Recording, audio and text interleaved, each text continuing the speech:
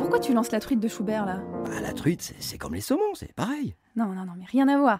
Lance les saumons. Bienvenue dans Les Saumons, le podcast qui donne la parole à celles et ceux qui vont à contre-courant.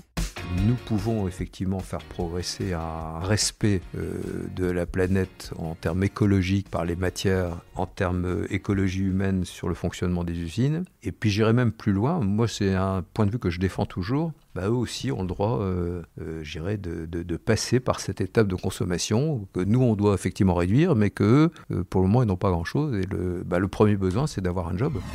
Bonjour à tous.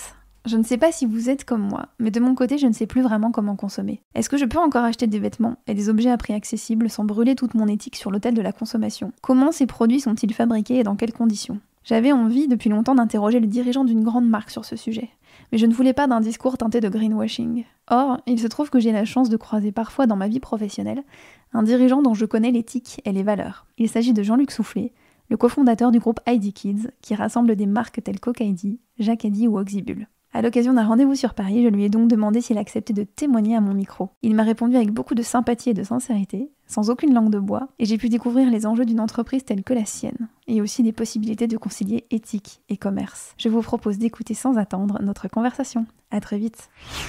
Bonjour Jean-Luc Soufflet. Bonjour. Merci d'être avec moi aujourd'hui pour cet épisode des Saumons. Je vous ai demandé aujourd'hui de témoigner à ce micro en votre qualité de directeur général d'ID Kids. Alors ID Kids, ce sont les marques que l'on connaît bien, notamment quand on est parent. Ocaidy, Obaby, Jacadi, Oxybul et Veillez-Jeux, entre autres marques. Oui. Et moi, ce qui me passionne dans votre trajectoire d'entreprise, c'est de savoir comment est-ce que l'on fait quand on est une entreprise telle que la vôtre, avec des marques qui se veulent grand public, accessibles. Comment est-ce que l'on concilie des impératifs d'éthique, notamment au niveau de la fabrication. Donc je voulais vous poser toutes ces questions aujourd'hui et peut-être avoir une vision très réelle en fait de ce qui se passe quand on dirige une entreprise telle que la vôtre. Alors avant que l'on aborde ce sujet particulier, moi ça j'aimerais quelques introductions, voilà, quelques préparations. Exactement. Oui. J'aimerais déjà que l'on parle de la création d'ID Kids et de toute son histoire, des grands enfants de son histoire. Comment ça s'est passé aujourd'hui? Vous avez beaucoup de succès, les marques sont très connues. Donc à la base, vous avez racheté, je crois, Camaïeu Enfant. C'est bien cela. C'est exact. Avec votre associé Jean Duforest. C'est exact. Jean Duforest. Alors j'ai une petite précision, je ne suis plus directeur général puisque l'âge arrivant et la décision prise d'ailleurs de gens comme moi, on s'est positionné maintenant en surveillance et donc c'est la génération d'après qui prend le lead, donc une transmission qui est en cours de l'entreprise entre les deux familles. Voilà. Donc juste pour préciser. D'accord. Donc il y a vos enfants respectifs qui reprennent le flambeau. Alors moi j'ai un fils, Jean a un fils et un gendre, qui sont dans la gouvernance dans des situations un peu de fonction opérationnelle en même temps. Enfin bref, ça c'est... Voilà, je ne pense pas que c'est le sujet ici. Et puis après, il y en a deux autres, une fille et un gendre de gens qui sont des salariés à des fonctions dans l'entreprise, donc mais pas en gouvernance directement. D'accord, très bien. Mais disons que les deux familles ont décidé de poursuivre l'aventure. Ce qui était une des conditions nécessaires, c'est qu'ils soient effectivement... avec cette volonté de poursuivre, sinon il fallait vendre, il n'y a pas d'autre solution. Voilà. Donc une belle histoire familiale. Voilà, une histoire à en devenir, parce que tant que ça n'est pas transmis, je dirais, je pense que un vrai succès d'entreprise, c'est quand après la transmission, ça continue à rester. Et la période est difficile, donc il y a du sport, il y a plein d'opportunités, mais effectivement, ils ont repris je trouve très courageusement et avec de beaux projets la continuité de cette histoire. Alors, du coup, cette histoire, comment elle a démarré ?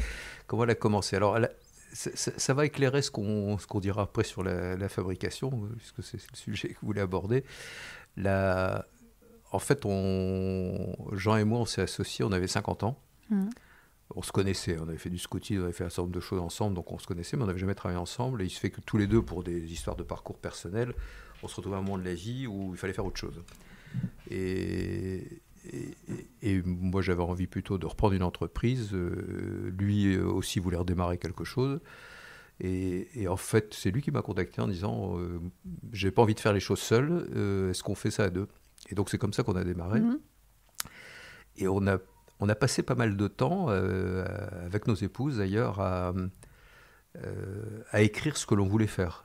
Et fondamentalement, je pense que quand on a 50 ans, on a la chance d'être éventuellement capable d'être passé de la dette au don, d'avoir un peu plus finalement le souhait, et c'était au moins une des raisons d'avoir arrêté le job d'avant, d'être en concordance personnelle propre entre ses aspirations et la vie professionnelle qu'on menait, et donc de ne pas dépendre d'un actionnaire trop financier ou trop ceci ou trop cela, et donc finalement de monter son entreprise et donc d'avoir son propre projet.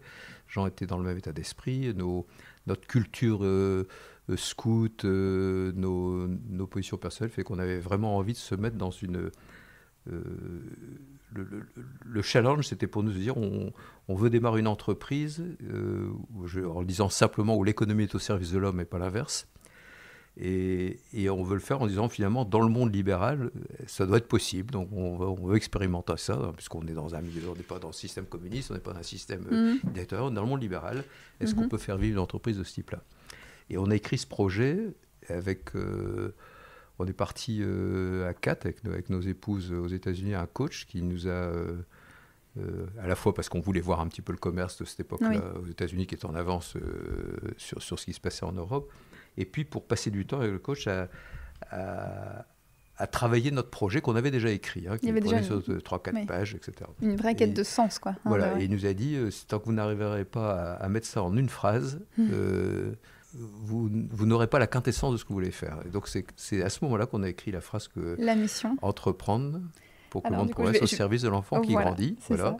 Et qui est toujours la baseline du groupe. Donc c'est vraiment une phrase fondatrice qui a essayé de résumer ce qu'on voulait, à la fois être entrepreneur, se centrer sur le monde de l'enfant, et avec une vision positive, parce qu'on pense qu'effectivement, même si la planète est secouée, même s'il y a un tas de dérapages, eh bien on pense que positivement, on peut effectivement contribuer à ce que l'homme grandisse, à ce que les situations des personnes effectivement s'améliorent, que les gens aient du plaisir au travail, qu'ils puissent eux-mêmes se développer. Donc voilà, c'était ça le fondement de départ. Et ben, qu'est-ce qu'on pouvait faire? C'était à travers ce qu'on savait faire. Donc lui était, de par son histoire, un créatif du textile, un commerçant. Moi, un ingénieur industriel du textile, mais ayant fait de la fabrication dans un certain nombre de pays. Et donc, on avait une complémentarité suffisamment différente, même très différente à tout point de vue, pour faire que l'association puisse fonctionner comme ça. Et donc, on a démarré, au lieu de créer une entreprise, parce que ça s'est présenté, on a racheté Camaïeu Enfant, qui allait être fermé.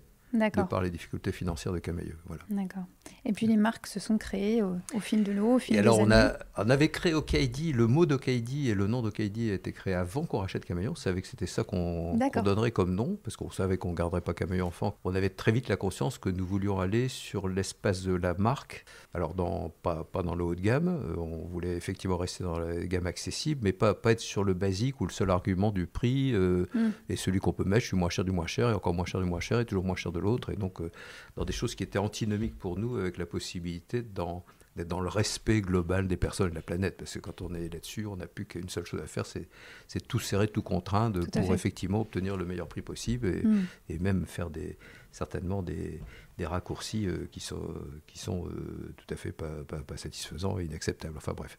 Et donc, être sur la marque, parce qu'on pense que c'était vraiment quelque chose qui permettait de créer une relation avec les clients, d'identité, de référence, d'attendu, de compréhension, et de le faire à un niveau qui soit accessible, mais donc pas basique. Et à partir de ce moment-là, on avait créé ce nom-là parce que il faut fabriquer un mot, parce que tous les noms sont déposés. Donc voilà, et donc on l'a fabriqué. On n'a pas pu l'exercer tout de suite, parce que la petite histoire, c'est qu'on a été attaqué par Jacques Eddy sur similitude de noms, et que donc il a fallu qu'on gagne notre premier procès, puis en appel, pour qu'effectivement on ait à partir de 99 le droit d'utiliser le nom d'Okaïdi.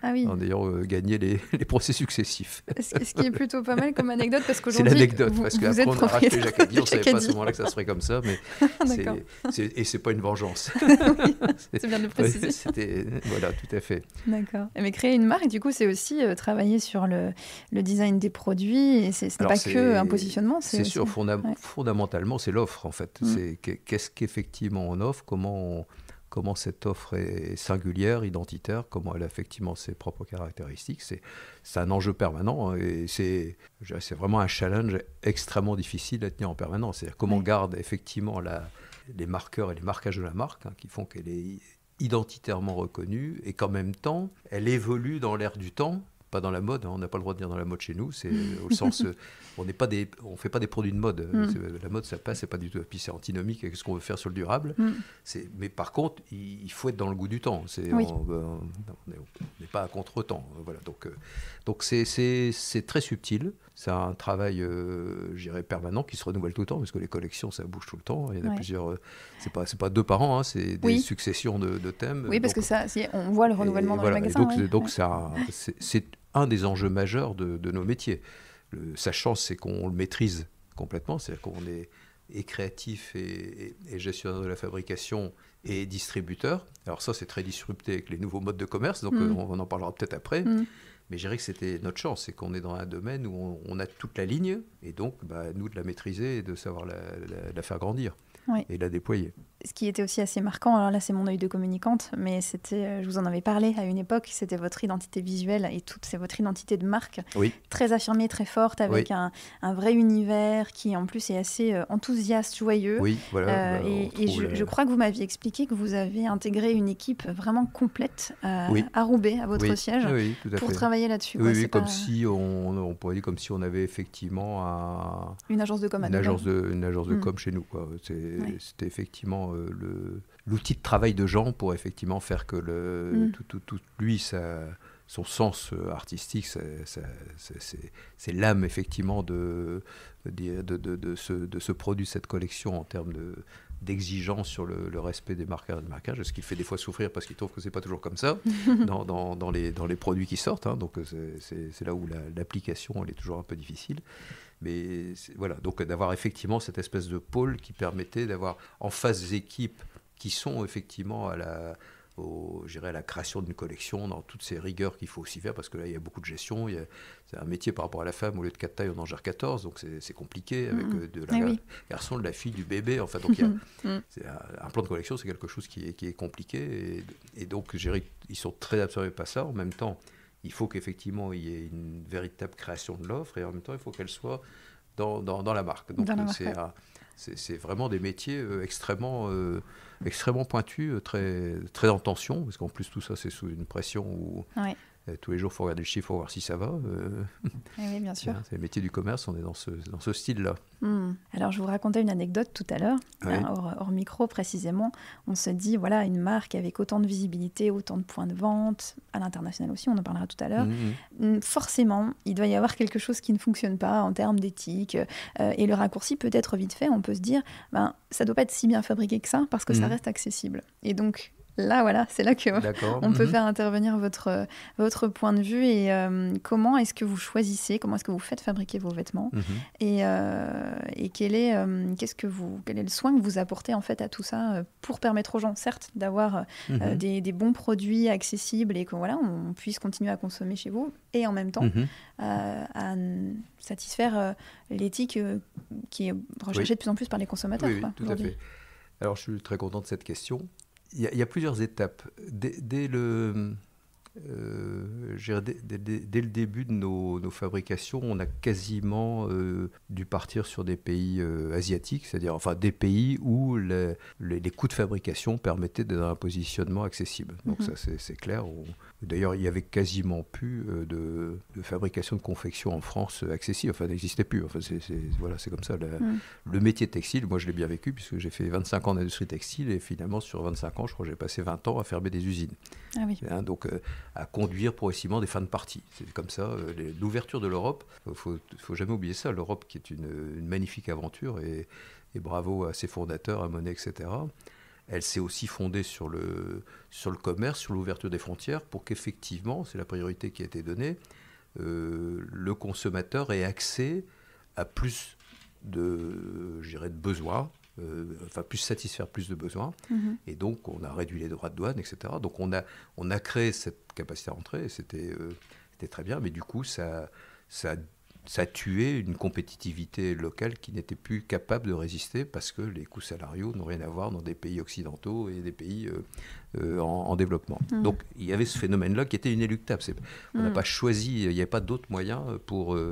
on a eu à un moment donné de la proximité avec le Maroc ou des pays comme cela, mais même cela était très divergent en termes de coûts salariaux par rapport à ce qu'on pouvait faire en Asie. Donc, je dirais qu'il y a ça qui s'imposait. Ce que l'on a très, très vite fait, c'est de se mettre en accord avec un certain nombre d'enseignes, des grosses enseignes comme Decathlon ou autres, et un processus qui permettait de contrôler les entreprises et de partager nos données de contrôle. Alors, je m'explique, il y a deux aspects quand on utilise une usine. Il y a l'aspect technique, est-ce que l'usine est capable techniquement de faire les produits qu'on veut faire au niveau de qualité que l'on veut, etc. Donc ça, c'est un premier type d'audit. Et il y a un deuxième audit qui est ce qu'on appelle, nous, un audit social, qui coche un certain nombre de points sur, bien évidemment, le travail des enfants, sur les heures de travail que font les salariés, sur le paiement effectif des heures supplémentaires, sur la prise des congés, sur les conditions sanitaires de l'entreprise, etc. etc. Enfin, et je dirais qu'il y a, sur ces différents critères, des notes, en gros, ABC, enfin c'est rouge, vert ou orange. Donc si c'est rouge, une note rouge, c'est une usine où on n'ira pas. Une note verte, tant mieux. Une note orange, c'est on ira avec un plan d'accompagnement de progrès à faire, à conduire, à surveiller, etc. Et la force de ce système, c'est qu'il est partagé entre une vingtaine d'enseignes. Donc ils ne peuvent pas jouer de se dire, bon, avec lui, je ne suis pas bien, mais j'irai en voir un autre, parce qu'en fait, ces 20-là appliquent la même règle et donc ne vont pas dans une entreprise rouge. Donc ça crée une force, je dirais, d'entraînement. Non pas, je dirais, des euros conquérants qui vont dire aux usines comment il faut faire, mais pour dire, il y a des points, nous ne pouvons pas les accepter. Donc est-ce que là-dessus, vous vous mettez en capacité d'eux, et si le jour où vous l'avez fait, on viendra vous revoir, ou est-ce que vous êtes sur des zones où il faut faire des progrès, et dans ce cas-là, on va vous accompagner pour les faire. J'ai des exemples là-dessus. On a... Nous, une de nos peurs magistrales, c'est un jour qu'un journaliste vienne avec des photos, il y a des enfants dans l'usine. Bon, ça, c'est sûr qu'une marque qui est pour l'enfant, qui revendique un certain nombre de droits de l'enfance, etc., se retrouver dans des situations comme ça, c'est insupportable. Donc c'est un des points sur lesquels on est attentif, mais on n'est pas dans l'usine tout le temps. Donc je reviendrai après pour comment on évolue encore par rapport à nos systèmes. Il se fait qu'une fois, nous avons donc des contrôles par rapport à tout ça. Il y a des contrôles qui sont faits à la fois par nous. Donc, il y a l'audit au départ. Ensuite, il y a des visites qui sont faites par nous, qui sont programmées, parce que c'est des visites de travail. Donc là, on peut imaginer qu'ils habillent la situation. Il y a des visites non programmées. Et il y a des sociétés de contrôle, type HGS, que l'on mandate pour aller faire de la visite aléatoire. Donc une surveillance accrue quand même. Donc qui permet de se dire, bon, allez, alors, ces pays-là, tout se sait, tout bouge. Donc est-ce qu'ils sont toujours pas prévenus, j'en sais rien. Enfin bref, toujours est-il qu'une fois, effectivement, il y avait des enfants dans l'usine. Alors, elle nous a expliqué que, ben oui, mais c'était les vacances scolaires, les mamans ne pouvaient pas les laisser, il n'y avait pas de gardiennage, donc ils les ont emmenés. Puis comme ils étaient dans l'usine, on leur a demandé de faire quelques petits trucs, quoi, ils ont enlevé les fils qui dépassent, etc. Bon. Elle a dit non, nous c'est hors jeu, donc on a deux solutions. Si c'est un problème de gardiennage, ben, on vous aide à monter une sorte de crèche ou quelque chose, voilà, on travaille ensemble là-dessus. Et puis vous organisez ça, et dans ce cas-là, tout va bien, on est parfait. Là, pour le moment, on bloque tout avec vous. La commande, on ne la prend même pas. Tant pis, on a besoin, mais on ne la prend pas. Ou bien vous faites cette évolution-là, on continue à travailler, ou bien vous ne la faites pas, et c'est fini. Et qu'est-ce qu'ils ont choisi ? Et ils n'ont pas transformé, ils n'ont pas changé. Donc on a arrêté cette usine. C'était malhonnête, en fait, dans le discours. Voilà. Alors, on est dans une phase où on va beaucoup plus loin par rapport à ça.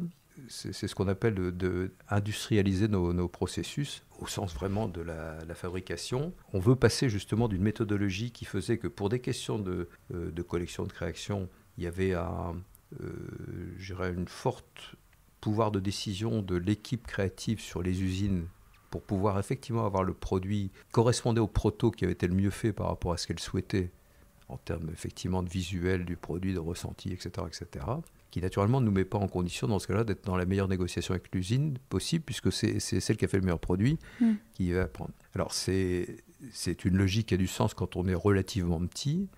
Il y a une taille où on estime qu'il est possible d'avoir une autre logique et de se dire n'ayons pas tout ce panel d'usines qui fait finalement qui pousse cette logique-là à avoir X centaines d'usines, parce que chaque créateur va trouver que nanana. Vers une logique qui est de se dire au contraire, ayons des équipes très professionnelles sur place, avec 10 fois moins d'usines, On va dire peut-être 2-3 fois moins. Enfin bref, je vous donnerai un peu les chiffres où on en est. Ces usines, par contre, d'être en maîtrise suffisamment forte avec elles jusqu'à les alimenter 100%. C'est-à-dire donc avoir des équipes à nous qui sont présentes dans l'usine. Donc là, on est sûr qu'on a un contrôle RSE total, puisqu'on est là. Voilà. On les guide, on travaille avec eux, on travaille à livre ouvert pour qu'ils aient leur marge, parce qu'il faut qu'ils gagnent leur vie. On leur apporte des éléments pour être plus efficients, parce qu'on a des équipes qui connaissent le métier, qui ont monté des usines, qui savent ce que c'est, donc ils peuvent le faire. Et donc, ils vont les aider à faire des progrès, à faire qu'effectivement, on produise mieux, moins cher, en termes de coûts d'organisation, etc. Et le tout dans un respect... je dirais totalement planifié du social, du sociétal, enfin de faire que cette usine... et on a des usines très modernes. Hein, les gens imaginent que quand on est au Bangladesh, les usines, il y a des usines entièrement, je dirais, modernes, je dirais avec des automatismes, etc. Hein, on n'est pas du tout dans l'imagerie qu'on peut se faire par rapport à ces pays-là. Et donc, on est en train de passer à cette phase-là qui, effectivement... va nous donner, je dirais, une sécurité maximale. Alors ça, c'est un aspect, c'est l'aspect fabrication usine. Après, il y a tout l'aspect des matières. Le coton, on sait que le coton est un des produits extrêmement consommateurs d'eau et de pesticides. Donc, comment on résout ça ? L'enfant s'habille en coton à 90%. Il y a très peu de synthétique. Donc, c'est le coton à la base. Très peu de laine, finalement, c'est le coton. Puisque sur la laine, c'est tout à fait marginal dans la consommation générale. Donc, on a des travaux par rapport à ça. Il y en a deux types. Il y a ceux qui consistent à faire que, notamment pour la petite enfance, donc l'équivalent de baby, on se concentre d'ici la fin de l'année, tout sera basculé en coton biologique. Alors c'est pas non plus la panacée, mais enfin en termes de pesticides, en termes de consommation d'eau, il y a un certain nombre d'engagements. C'est déjà mieux, Et puis pour les autres, sur ce qu'ils appellent les cotons, le better cotton, en fait, qui est donc une façon de cultiver qui consomme moins d'eau et moins de pesticides. Donc c'est pas le top, mais c'est déjà un progrès, et je pense qu'on peut pas faire des choses radicales. Il faut accompagner, et là aussi ces fermiers, dans le progrès qu'ils ont à faire par rapport à ça, d'arriver effectivement à ce que progressivement, au niveau de la traçabilité des matières soit la plus complète possible. Parce que l'usine, c'est déjà une chose, mais après remonter jusqu'à la matière, au champ de coton, c'est une autre opération. 2, de faire qu'effectivement on y aille vers progressivement des cotons biologiques, soit des better cotton.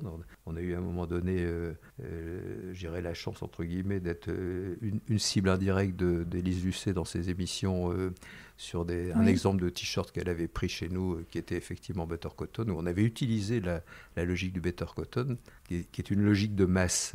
C'est comme l'EDF, quand vous avez acheté l'électricité verte, vous achetez de l'électricité dont une partie est produite verte, mais vous ne savez pas si celle qui vient chez vous, elle est verte. Vous êtes dans un quota qui fait partie, et donc ils vendent cette partie-là comme ça. Là, il y avait la même logique pour Better Cotton. Donc elle disait, donc ce t-shirt-là, il n'est peut-être pas Better Cotton. Non, c'est vrai, peut-être pas celui-là, puisque c'est basse. Donc voilà. Bref, ça n'a pas eu beaucoup d'impact, mais il faut faire des progrès pas à pas. Voilà, donc, mais c'est beaucoup d'enjeux tout ça, en fait. Voilà. Alors ça, je dirais que c'est un aspect vraiment, je dirais, progrès que nous avons à faire, et nous, on est très convaincus. On est sur des pistes de travail beaucoup plus évoluées encore, qui consisteraient à faire ce qu'on appelle la récupération de fibres, c'est-à-dire qu'on reprend le tissu. On peut imaginer que je pense, je rentre sur un autre sujet, mais la tendance du consommateur, c'est beaucoup moins de posséder que d'être dans l'usage. C'est une façon générale qu'on voit bien. Et on peut tout à fait imaginer qu'un jour, même le vêtement, finalement, il y a déjà de la location, mais pour du haut de gamme, parce que c'est quand même un peu compliqué sur des produits d'enfants à très petit prix, il n'y a pas beaucoup d'espace. Mais on peut imaginer des solutions du jean recyclé ou de produits recyclés, on récupère le coton.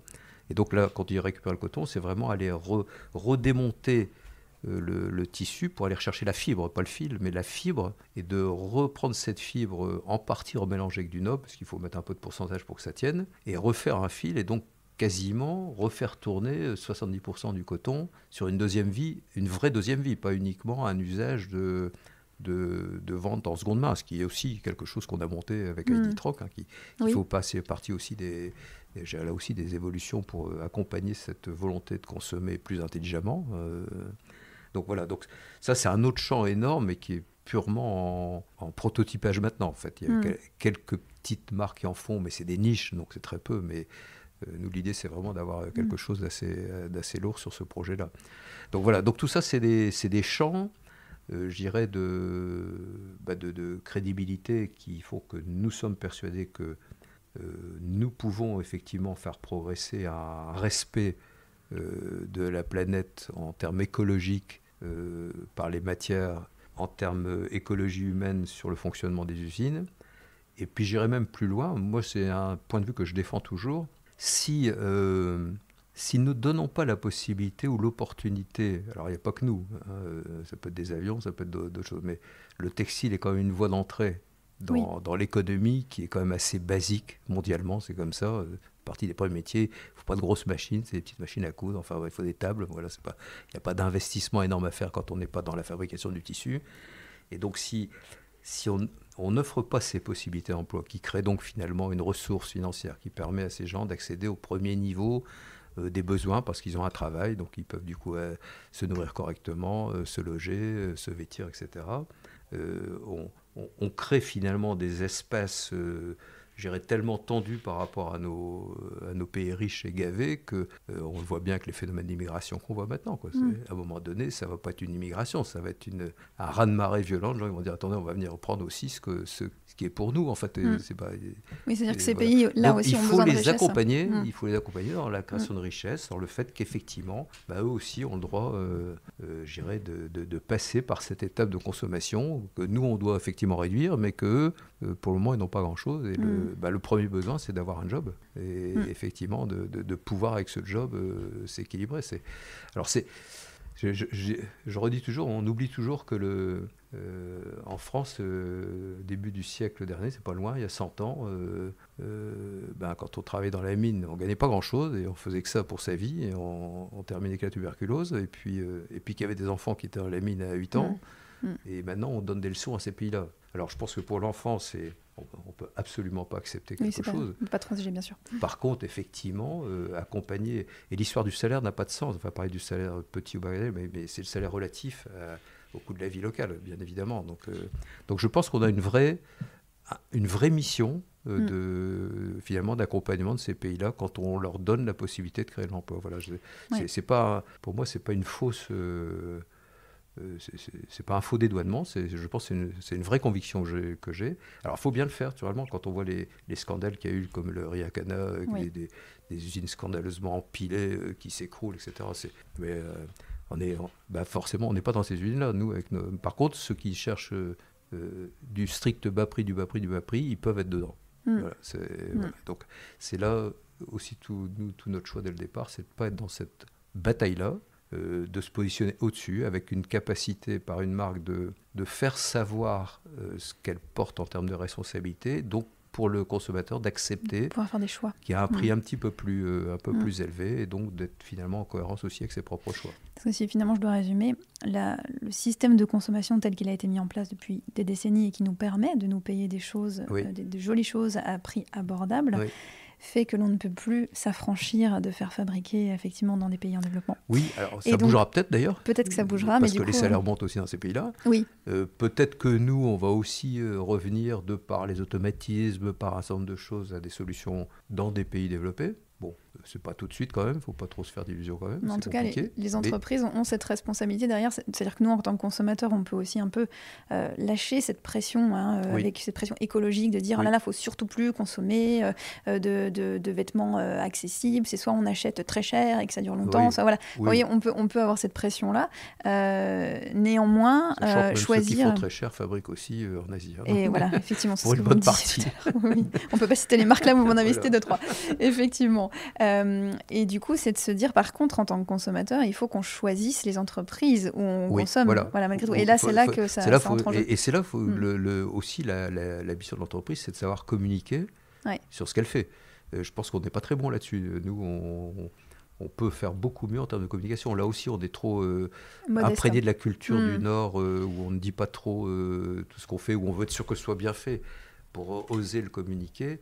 Je pense qu'il y en a qui ont un peu moins de scrupules par rapport à ça. Je pense qu'on a énormément de choses qui sont engagées chez nous. Et il faut donc que le client puisse savoir.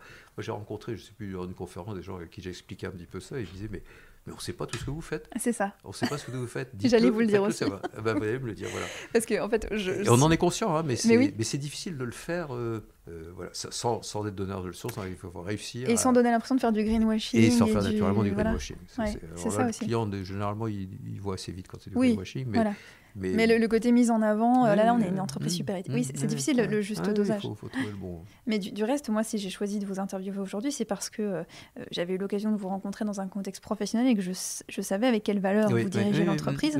Mais en préparant cet entretien, du coup, je me suis intéressée à ID Kids et j'ai découvert aussi d'autres dimensions. Et je me suis dit, bah oui, mince, on n'est pas informé, en fait. Non, c'est vrai qu'on le...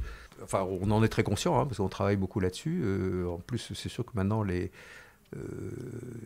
y a sans doute des outils qui vont être beaucoup plus puissants par rapport à ça à travers les réseaux sociaux, où en fait, là, on peut vraiment créer, je dirais, à la fois des parents pilotes qu'on a déjà depuis longtemps, des suiveurs, des followers, la batterie des systèmes qui fait que par le réseau social, on peut effectivement créer les rebonds de la communication, de la compréhension. Mais fondamentalement, il faut qu'on soit émetteur quand même. Si on n'émet rien, alors, in fine, le client ne croit qu'à ce que dit l'autre client. Hein. C'est pas beaucoup à ce que dit la marque. Il est de plus en plus... Il va d'abord vérifier ce que disent les autres consommateurs, ce qui est très bien. C'est très bien, finalement. Mais il faut nourrir. Il faut nourrir tout ça. Effectivement, on a énormément de contenu qui ne sont pas assez diffusés, parce qu'on parle du textile, mais c'est vrai aussi dans le jouet. Le jouet, c'est aussi c'est un challenge terrible, parce que le jouet en plastique, nous, on travaille énormément pour basculer énormément de choses sur le bois. Et on crée nos propres modèles. On a plus de la moitié de nos gammes maintenant qui sont purement nos marques à notre création, pour effectivement maîtriser la même chose, même principe, maîtriser les usines qui le font, maîtriser les composants, et donc se mettre dans une situation où écologiquement, effectivement, on ne balance pas du plastique à retirer-larigot aux enfants. Alors, il y a des bons plastiques et des moins bons plastiques, mais enfin bref, le plastique... de toute façon, il n'est pas... Enfin, sauf s'il est d'origine végétale. Là, il est recyclable et il a à la fois... il ne vient pas consommer, je dirais, les matières fissiles, donc c'est le seul moyen de baisser mondialement le CO2, c'est de ne plus consommer de fissiles. Voilà. Une fois qu'on aura fait ça, on aura réussi. Donc c'est plus de pétrole, plus de gaz, plus de charbon. Et toute autre solution, oui. Alors, on parlait de communauté là tout à l'heure et de réseaux sociaux. Est-ce que c'est l'objet de la création de We Act for Kids, que j'ai vu sur votre... qui semble être une communauté de professionnels de l'enfance incluant... Alors voilà, est-ce que vous pouvez nous en parler de ça ? Il y a vraiment un travail, je dirais, de positionnement pour dire... Il y a d'une part ID Kids, qui est on va dire une plateforme, un réceptacle de nos marques engagées telles qu'effectivement on en a parlé, mais ça peut être aussi celle d'autres marques qui viendraient nous rejoindre avec le même engagement, on dirait à travers une charte signée, etc. Et qui se positionne en disant, finalement, sous ce toit-là, on garantit à la famille qui accède à nos marques d'être avec un ensemble d'offres qui sont de produits ou de services, parce qu'on peut y mettre les crèches, on peut y mettre l'éducation, on a plein de sujets en tête par rapport à ça, qui sont un petit peu comme la sélection du tri par rapport au trop d'un Amazon qui vous donne tout. Nous, on vous offre la sélection correspondant à nos valeurs, nos cultures. Et bien là, on essaye de vous dire, en dessous de ça, on a validé effectivement que ce qui vous est offert correspond à ces engagements de valeurs. Et puis, il y a le côté Act for Kids, qui est une espèce de label, d'engagement, où à la limite, on imaginerait même qu'il ne soit pas directement rattaché à nous, qu'il soit quelque chose qui nous dépasse, qui soit ouvert à d'autres, qui devienne une forme de label, qui permette effectivement de se dire, on labellise un certain nombre d'engagements à travers cette marque, à travers ce nom, qui pourrait effectivement s'appliquer à d'autres. C'est le rêve ultime qu'on aurait, c'est d'avoir cette différenciation, qui quitte à ce que ce soit même monté en association au lieu d'être en business, pour qu'il n'y ait pas d'ambiguïté dans l'esprit des personnes entre les deux. Et les crèches, vous pouvez nous expliquer ? Il y en a, c'est des structures qui sont... Je pense qu'il y en a déjà qui sont montées. Oui, on en a une cinquantaine. Une cinquantaine, d'accord. On a une cinquantaine de crèches. En fait, et c'est des crèches qui sont là, qui ont quel nom ? RCLV, Rigolo comme la vie. Rigolo comme la vie, d'accord. Rigolo comme la vie, voilà. Alors, on ne fait pas partie des grands acteurs des crèches, il y en a 3 gros en France. Par contre, sur la région... on va dire nord de Paris, on est suffisamment important pour être obligatoirement partenaire des très grosses quand elles veulent faire des contrats nationaux avec des entreprises nationales. Puisqu'en fait, on a une présence très forte là. Alors, on réfléchit à à des possibilités d'extension par des partenariats, par des montages avec d'autres, enfin, puis par tout ce qui peut se passer autour. La crèche en soi n'est pas un objectif pour être massivement présent dans nos crèches, c'est un outil pour mieux comprendre la proximité de l'enfance et de la parentalité, d'offrir par rapport à ça, on a énormément de choses avec les médecins, les pédagogues, en termes de contenu, qui peut être de l'aide à la parentalité, etc. Donc c'est un univers autour duquel on veut bâtir beaucoup de services à l'enfance. Voilà, donc la crèche est effectivement un outil, je dirais de ce côté-là, d'apprentissage et d'exercice en fait aussi, qui est tout à fait excellent, et puis qui nous permet d'avoir des équipes qui ne sont pas sur le modèle purement économique, mais sur le modèle de l'attention à la personne. Ce n'est pas une volonté, on sent que c'est quelque chose d'altruiste et de tourné vers l'enfant, puisque vous n'avez pas donné le nom de marque. Non. Voilà. Oui. On ne sait pas que c'est vous, en fait. Oui, c'est pour ça que je le découvre. Non, c'est pas... Oui. C'était pas une volonté, c'était vraiment... Mais au début, avant qu'on ait pensé à ID Kids, pour les raisons que je vous ai dit, on ne faisait aucune communication, je dirais, externe au fait que Jacques Hady, Ocadi, c'était le même actionnaire. Oui. L'autonomie des marques nous paraissait essentielle, et ça reste toujours vrai d'ailleurs. Pour nous, la marque reste première. Elle doit pouvoir parler à son client en tant que marque, et pas en tant que membre de la communauté ID Kids. Elle peut en être membre, mais elle parle parce qu'elle s'appelle Jacques Hady.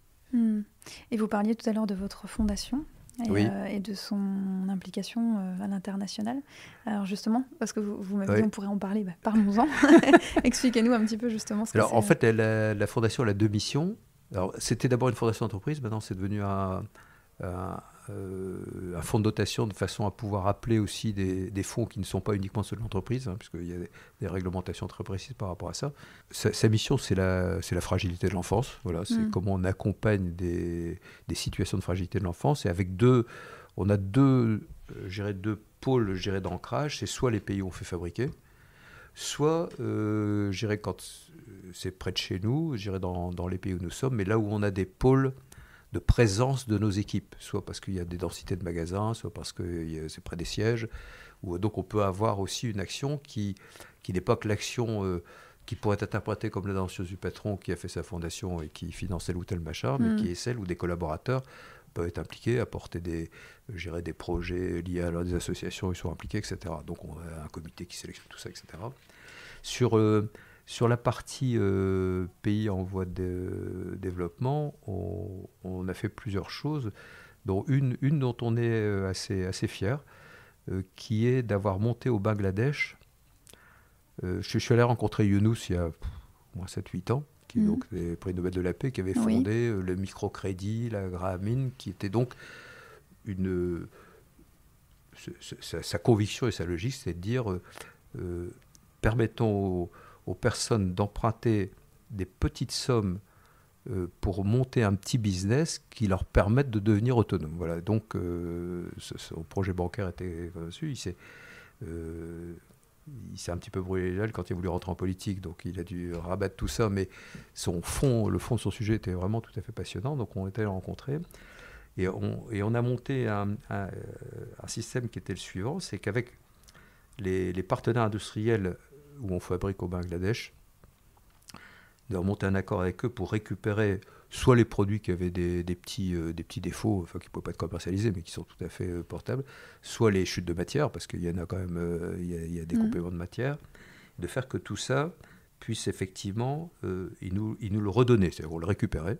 De toute façon, c'était à nous la matière, bon, il n'y a pas de sujet. Et ces produits-là, on les revendait à ces femmes de la Grameen Bank, donc ces femmes qui utilisaient de l'emprunt et qui achetaient ça au même titre qu'elles achetaient des yaourts à la petite usine de Danone locale qui avait été faite, puisqu'on était en partenariat aussi, enfin en lien avec Danone qui était là-dessus, et allaient donc dans les villages, dans la brousse, pour vendre leurs produits. Et donc faisaient du commerce de vêtements, donc en gros c'est du t-shirt et du jean, c'est ça qui était la base nécessaire, voire des choses un petit peu plus lourdes parce qu'il fait froid l'hiver. Et donc elles l'achetaient, donc nous on avait récupéré gratuitement, on leur vendait quand même pour qu'il y ait vraiment un acte, elles revendaient naturellement un peu plus cher parce qu'elles apportaient le service de le livrer, et donc elles créaient leur business et elles pouvaient rembourser leurs dettes et vivre avec ça. Et avec l'argent qu'on récupérait de cette vente, nous avons monté des écoles, donc, qui permettaient aux gens du bidonville près de Daca, là, donc on a implanté tout ça, de venir se former moyennant une scolarité d'1 € par an, donc c'est quand même pour qu'il y ait le geste d'être présent.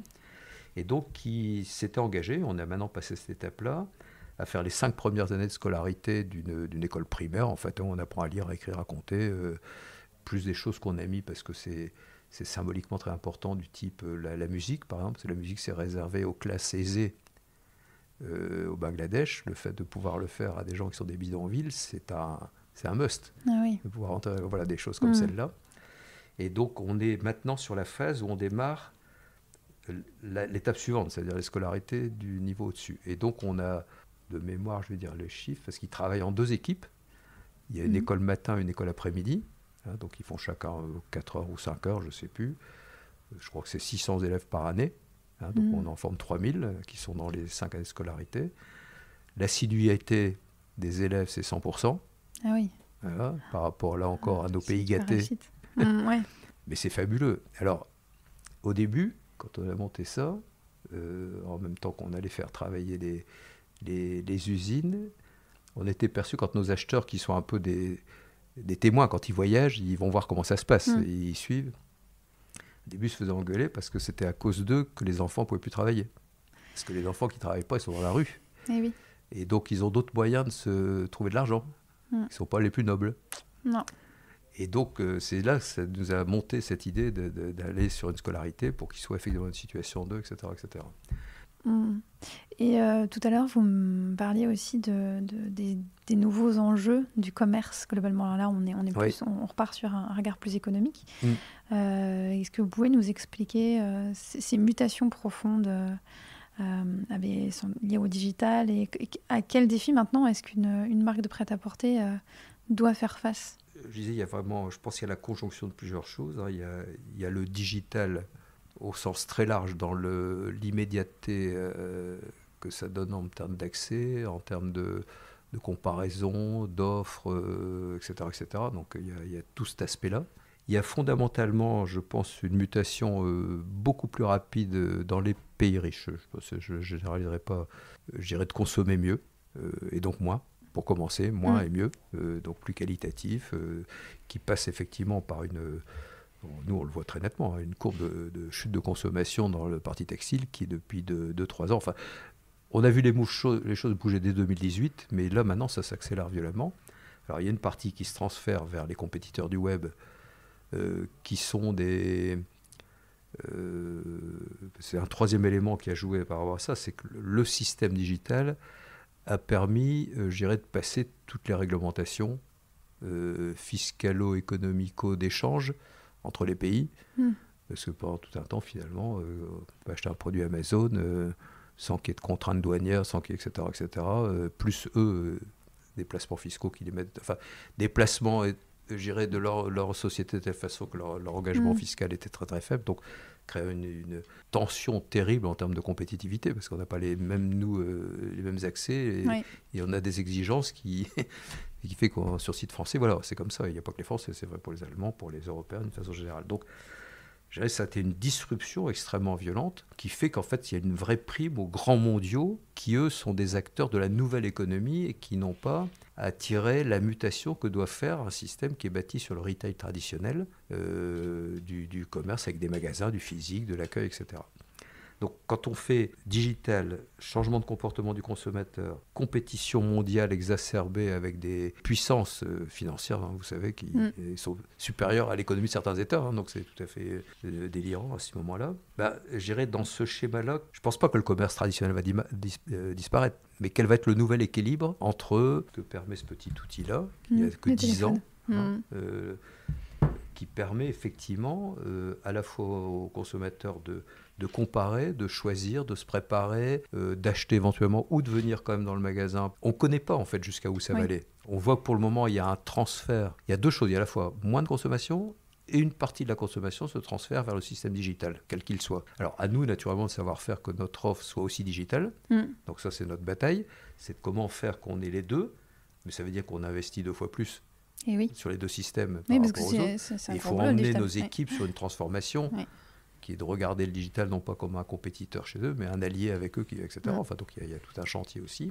Et comment on trouve ce nouvel équilibre économique, là, et surtout comment on imagine quel sera le futur territoire d'expérience physique qu'un client aura encore envie de faire par rapport à la commodité de la livraison digitale, parce qu'il y a aussi ce besoin-là. On voit renaître les clubs Tupperware, ça ne s'appelle pas comme ça, ou les poussettes café, ou les machins comme ça, qui sont donc finalement, on voit des lieux de rencontre. Alors, comment on en fait un espace qui économiquement tient la route, parce que, alors là, on se heurte au loyer des magasins, qu'ils soient en centre commercial ou en centre-ville, qui sont plus supportables avec la chute de la part qu'on peut faire en filière, etc. Donc il y a toute une nouvelle équation économique qui se cherche, qui va s'équilibrer. Le tout, c'est de ne pas mourir dans cette phase-là, de trouver les bonnes pistes. Nous avons plein d'explorations avec des startups qu'on a effectivement soit pris en partenariat, soit acquises pour explorer des domaines. Mais on voit bien que le modèle est totalement bousculé, qu'il va en sortir quelque chose à la fois passionnant, et on voit qu'il y a des opportunités. Mais on ne sait pas bien lesquelles. C'est-à-dire que pour le moment, l'évolution oblige à aller sur plein de pistes, en consommant moins et en engageant, je dirais, plus d'investissement au moment où on gagne moins. Donc on est dans des croisées difficiles. Il y a donc des entreprises qui ne vont pas passer, en fait, qui vont avoir extrêmement de mal dans cette période-là. Moi, je n'avais jamais vécu sur mes 50 ans de vie professionnelle des mutations aussi violentes. Là, c'est vraiment la caractéristique supplémentaire, c'est que c'est violent et mondial. Mais c'est vraiment intéressant votre point de vue, parce que je ne savais pas si effectivement il y avait un réel impact sur la consommation. Parce qu'on a l'impression parfois d'être dans notre petit précaré écolo, à essayer de consommer différemment. Puis en même temps, on voit aussi des sacs de courses remplis chez les gens. Donc on se dit, en fait, non, il n'y a rien qui bouge. Oui, ça bouge. Ah oui, c'est plus... Donc, ce qui n'est pas forcément pour vous arranger. Et je dirais que ce n'est pas uniquement les quantités. J'ai une courbe que je n'ai pas ici, où on voit l'inflation sur 20 ans. Et on voit l'inflation du prix textile sur 20 ans. Et il y a une courbe qui est comme ça et l'autre, elle est comme ça en dessous. Non seulement on consomme moins, mais on consomme beaucoup moins cher. C'est-à-dire que les performances ou la bataille du prix a fait que globalement, l'offre, c'est toujours améliorée en termes d'accessibilité pour le client. Donc ça veut dire que ça a contracté toutes les conditions. Alors il y a eu la productivité qui permet de l'accueillir, mais il y en a d'autres où effectivement... ça se fait au détriment, je dirais, de la qualité, de la sécurité, de l'attention qu'on porte effectivement à ceux qui travaillent sur ces produits-là au fond du monde, etc., etc. Donc il y a un renouvellement profond effectivement des pratiques commerciales, mais avec un grand point d'interrogation sur... On voit des choses, par exemple, chez nous aussi, sur l'ID Troc. On a démarré l'ID Troc il y a 1 an et demi. C'est quelque chose qui prend, je dirais, une forme un peu exponentielle. Comment ça se passe, l'ID Troc? On peut déposer des vêtements? Alors ça veut dire que les mamans peuvent... alors c'est assez processé pour être sûr, effectivement. Là, c'est la rassurance de la marque. On offre que ce qui est rapporté par l'enfant est vérifié par nous. Donc le vêtement doit naturellement être propre, replié comme il faut, etc. Mais sans trou, pas usagé, donc en bon état. Oui. On lui donne la méthodologie, le prix, c'est nous qui définissons pour que ce soit effectivement cohérent, etc. Et donc il y a 3 ou 4 jours où on rapporte les vêtements. Et c'est les mamans qui viennent les installer. Donc elles jouent à la marchande et elles adorent ça en fait. Et puis il y a la période de 24 heures après, ça démarre en décalage, on peut commencer à acheter. Et donc, des mamans viennent déposer et viennent racheter, d'autres viennent qu'acheter, d'autres ne viennent que déposer. Et nous, on ne prend pas d'argent là-dessus. C'est purement, je dirais, un lieu d'échange. Donc, on crée de la convivialité, on crée effectivement de l'expérience client vécue dans nos magasins. On crée de l'achat de neuf, parce que naturellement, quand elle a récupéré de l'argent, elle rachète aussi du neuf et pas forcément. Enfin, donc voilà, on crée un univers de relations et la satisfaction pour toutes les mères de famille ont des armoires pleines de vêtements, il y en a trop, donc c'est bien. Donc, au moins, ils redonnent un sens à ce produit en termes de vie. Et à la fin, s'il n'est pas racheté, ils ont le choix, ou bien ils les reprennent, ou bien ils nous confient de les donner à des œuvres. D'accord. Voilà, donc comme ils veulent. Et donc le sujet est traité à la fin du batch. Ça ne traîne pas dans les magasins. D'accord. Et ça, c'est dans quelques villes de France ou non, un petit peu partout? Maintenant, tous nos magasins français le font maintenant. D'accord, tous les magasins. Et on démarre à l'international. D'accord. On était pas à pas avec des zones d'expérience, puis parce qu'il fallait aussi pratiquer. Pour les magasins, c'est un autre travail aussi à faire, donc il faut vérifier qu'on puisse accueillir les pièces dans les magasins, qu'il y ait de la place, bref. Et quasiment tous le font, il n'y a que les tout petits qui ne peuvent pas le faire, qui n'ont pas la place. C'est purement une question, c'est une question de technique, place. c'est tout. D'accord.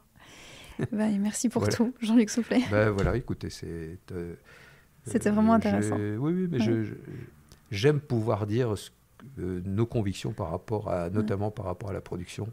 Je crois qu'on a un vrai rôle, au même titre que quand on va faire du commerce dans des pays, on pourrait se dire pourquoi vous allez faire du commerce là-bas. On a aussi, modestement, un petit rôle d'ouverture. Tout à fait. Merci beaucoup. Sans prix, merci aussi.